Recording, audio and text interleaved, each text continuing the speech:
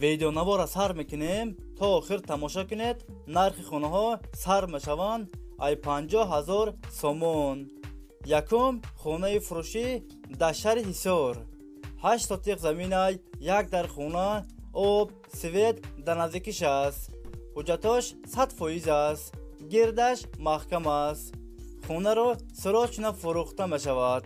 نرخش 50,000 سومونده باردارو با ارزان هم میشود. اگر شما خریدار باشین زنگ زنید با معلومات بیشتر رو از صاحب خونه دسترس کنید. دوستان عزیز، دستگیری کردن ما را فراموش نکنید. در ویدیو نوار لایک بگذارید. یک روز پس یا 2 روز پس ویدیوی نوی خونه فروشی می شود.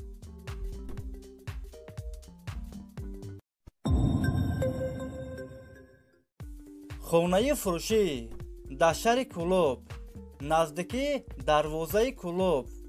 8 سوتیق زمین 5 در خونه آب و سویتش هست. حجتاش 100% است. گردش محکم است. درختای میوه دهنده هم دارد. ریموت خونه ها میانه. کوخنی بانیا حجت خونه هم دارد. نرخش 200,000 سومونده باردارو با ارزان هم می شود. اگر شما خریدار باشین زنگ زنید با معلومات بیشتر رو از صاحب خونه دسترس کنید.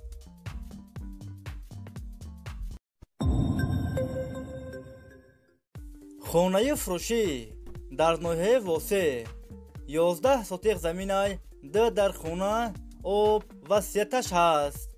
حجتاش 100% است. کوخنی بانیا حجت خونه هم دارد. ریموت خونه ها میانه. گردش محکم است. خونه رو فورا فروخته می شود. نرخش 135,000 سومونده باردارو با ارزان هم می شود. وریانتی الشی هم هست باردارو. اگر شما خریدار باشین زنگ زنید با معلومات بیشتر رو از صاحب خونه دسترس کنید.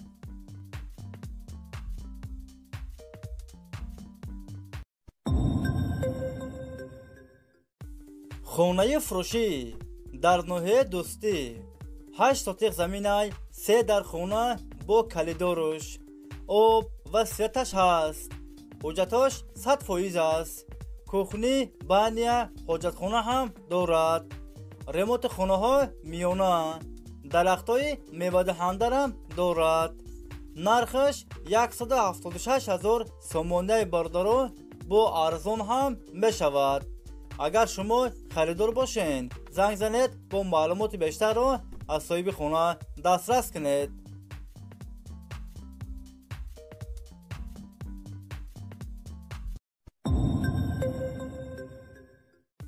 خونه فروشی در شهر کلوب. 6 سوتیق زمین 4 در خونه آب و سویتش هست. حجتاش 100% است. گردش محکم است. ریموت خونه ها میانه. کوخنی بانیا حجت خونه هم دارد. خونه در نزدیکی مکتب مگزین.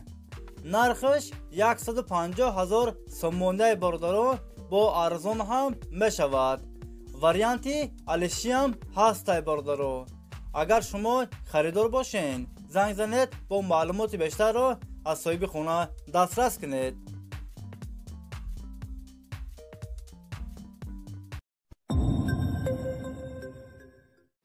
خونه فروشی در شهر دوشنبه رایون سینو طرف گیپرازم.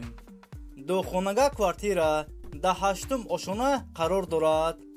54 کوادرات متر. ریموت خونه ها زمانوی آب و سویتش هست. حجتاش 100% است. خونه رو با همه چیز چورش فروخته می شود. نرخش 320,000 سومونده باردارو با ارزان هم می شود.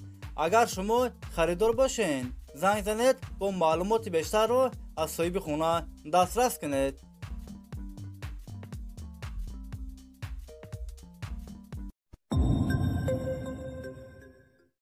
خونه فروشی در شهر خوجند 12 میکرورایون.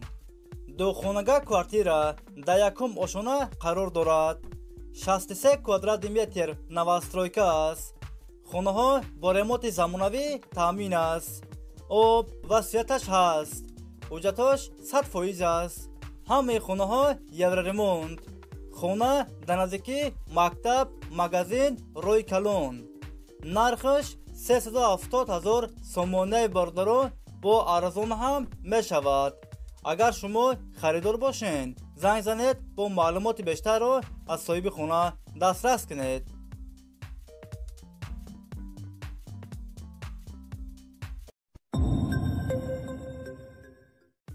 хонаи фурӯшӣ дар шаҳри Турсунзода, сеюм микрорайон.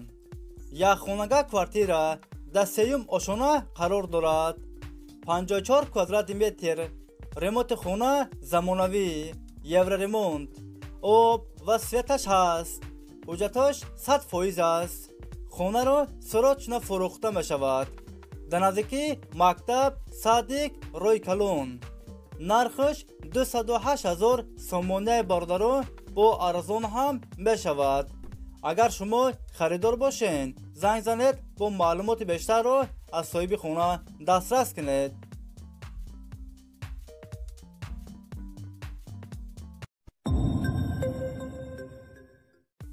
хонаи фурӯшӣ дар шаҳри Душанбе, маҳаллаи Зарафшон.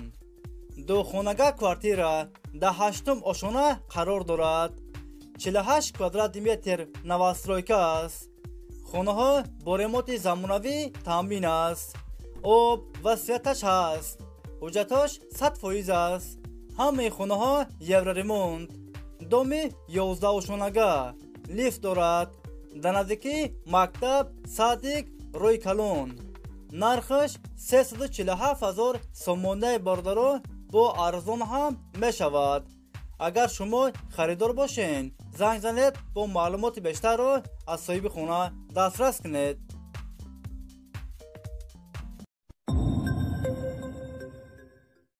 хонаи фурӯшӣ дар шаҳри Бохтар, Фурғонтепа. духонага квартира дар 6-ум ошона қарор дорад.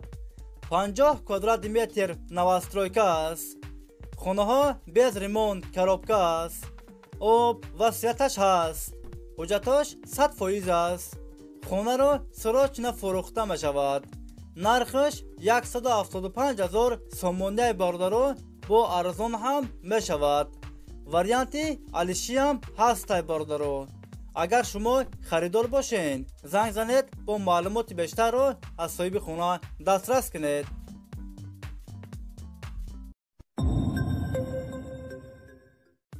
хонаи фурӯшӣ дар шаҳри Душанбе, райони Фирдавсӣ, поёни бозори Корвон. духонага квартира дар 13-ум ошона қарор дорад. 72 квадрат метр новостройка аст. хонаҳо без ремонт, коробка аст. об ва светаш ҳаст. ҳуҷҷатош 100% аст. хона дар наздики мактаб, роҳи калон. нархаш 275 000 сомонаи бордору бо арзон ҳам мешавад. агар шумо харидор бошед, занг занед бо маълумоти бештарро аз соҳиби хона дастрас кунед.